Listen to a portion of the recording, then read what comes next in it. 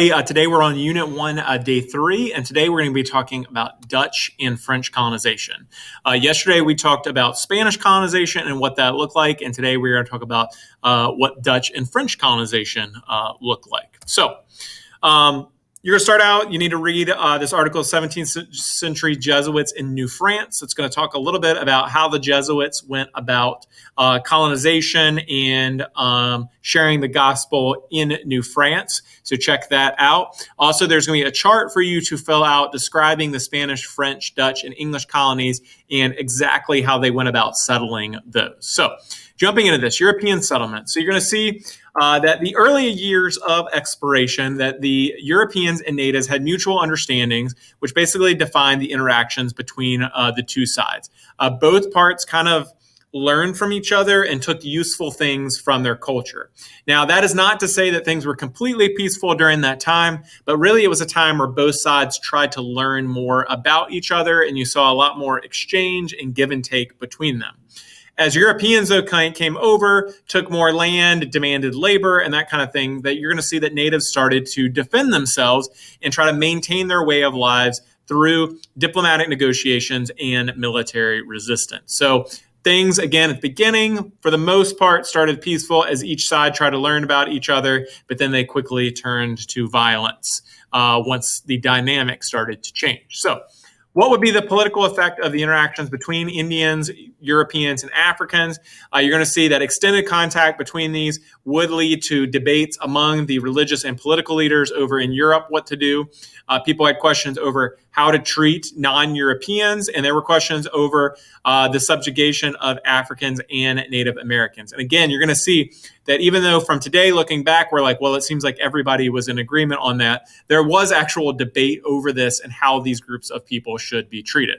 You would eventually, though, see religious, cultural, and racial justifications for subjugation of these groups. So while there was debate, there was also a lot of justification going on how and why these groups were treated the way that they were. Now, if you remember reading the piece from De las Casas and Sepulveda, how they debated how the natives should be treated. So again, there was debate over this, but you're going to see the prevailing wind of it kind of was that these groups were going to be subjugated, and there were varying reasons why the Europeans wanted to do so. You can see here on this map, if you're looking here at North America, the different Indian tribes that were here in the region. And again, this isn't 100% perfect, because I know like the Algonquins went down into the Outer Banks, but this gives you an idea of where specific groups were here in the colonies. So what was the French goal? Economic gain and conversion. So again, they were in this to make money, also to convert. They weren't necessarily looking to set up permanent colonies in the same way that the Spanish had been, but they wanted to make money and convert the Indians to Christianity. 1608, you'd have Quebec founded, which would be the first permanent French colony here in the New World.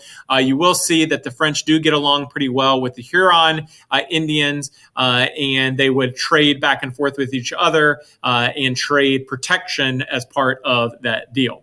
Now, you're going to see the issue with the French starts to be, again, as they get more and more involved within the fur market, that is going to lead with conflict with the natives. And along that conflict, along with diseases, is going to kill a lot of the natives in that area. But really, the fur trade is going to be really, really big with the French. And you'll see that we'll mention that several times with them.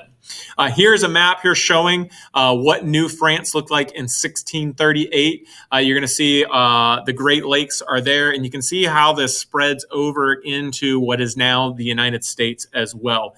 So the French actually did have a pretty big portion of the colonies. Of course, that would change as history went on, especially during the French and Indian War, which would eventually lead to them pretty much losing almost all their territory here. The Iroquois, you may have seen them on that earlier map, but the Iroquois would eventually seize control of the fur trade and completely force the Hurons out. And if you look at this map here, you can see how far the Iroquois territory actually expanded, even down here into Virginia. And again, Iroquois would have a ton of power over the fur trade and would be a very, very powerful force, a force that the English and the French would have to learn how to deal with. In fact, during this time, because again of the influence of the fur trade, especially the beaver fur, you're going to see the French and the Iroquois, who during this time aligned with the British, would fight over the fur trade, of course, leading to devastation for the Indians. And you're going to see that the Iroquois would kind of like transition in their loyalties between sides. Eventually, they would kind of permanently attach themselves to the French, but the natives would change quite a bit their loyalties based on which side was benefiting them the most. So at this time, Iroquois were aligned with the British during this war.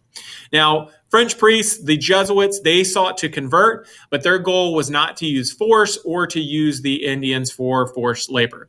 You'll read this article about the Jesuits and the way that they went about things, but really the Jesuits tried to address the needs of the natives in attempt to convert them versus forcibly converting them. So their relationship with the natives would be very, very different than even the Spanish Franciscans, who were more forceful in their ways of going about conversions. The Jesuits, again, came over here and they sought peace and to try to meet the needs of the natives the best that they could. So, were the French successful? You're going to see the French do not have a large-scale immigration here. You will see that even though they did have quite a bit of conflict with the natives, that their relationship with the natives was more cooperative than other European nations. And again, that's not to say that their relationship was great, just saying it was better than other European countries. The French would be most successful in modern-day Canada. You're going to see where that's where they have the most influence. If you've ever been to Canada today and you go into like Quebec, you know that they speak primarily French in Quebec. So that is where they're going to have the most impact. Next up, the Dutch. The Dutch, their goal solely to make money. They weren't concerned about having a permanent colony here. Their concern was making money. They had a trade monopoly in West Africa, Indonesia, and Brazil, and they had pretty much the full control of the African slave trade. By 1624, they would found New Amsterdam, which would later become New York City. You can see on that map there showing Manhattan and what it looked like back then compared to today. But again, when you think about the Dutch, think about it that they were just in this for money. Now, were they super successful? No, because they failed to create settlers colonies, instead focusing on the slave and the fur trade, where they could make a lot of money. And in fact, you're going to see 1624, they founded New Amsterdam. By 1664, the people of New Amsterdam requested and begged for the English to take over, which that would peacefully happen. The English would take over New Amsterdam, eventually making that New York City. By 1673, the English would put in place their laws and customs. So were the Dutch successful?